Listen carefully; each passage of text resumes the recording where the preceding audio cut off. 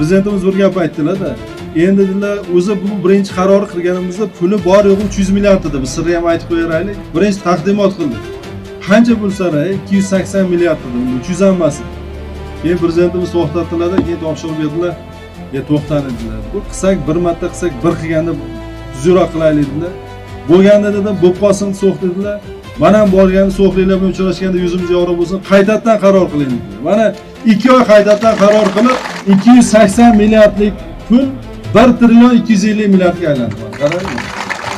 Mana shu boshlanayotgan ishga hammamiz oqsoqollarimiz o'zlarining duolari bilan yoshlarimiz belni mahkam bog'lab, qo'lini chimarib, astodil mehnatga demak bel bog'lab, agar katta kichik yoshi qari agar hammamiz tirmashib harakat qiladigan bo'lsak, bu 2028 emas, biz 1 yildayoq bu narsalarni qilib chiqishimiz kerak. 1 yilda biz 2 yil kutishga vaqtimiz yo'q.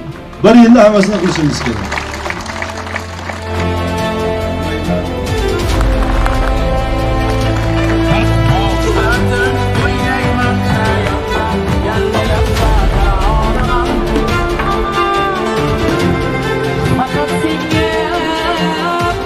Qaranglar, muhtaram prezidentimizni mana shu so'qqa bo'lgan mehrlarini hozir mana chiqib hokimimiz ham aytdilar. Men bitta narsani qo'ynimga solib qo'ydim.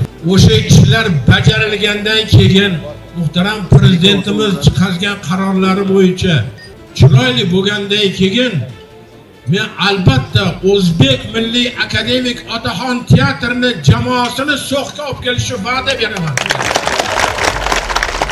Biz chetda qolib ketdik deb hech qachon o'ylamaydi. Sizlar muhtaram prezidentimizni bag'rlaridasiz.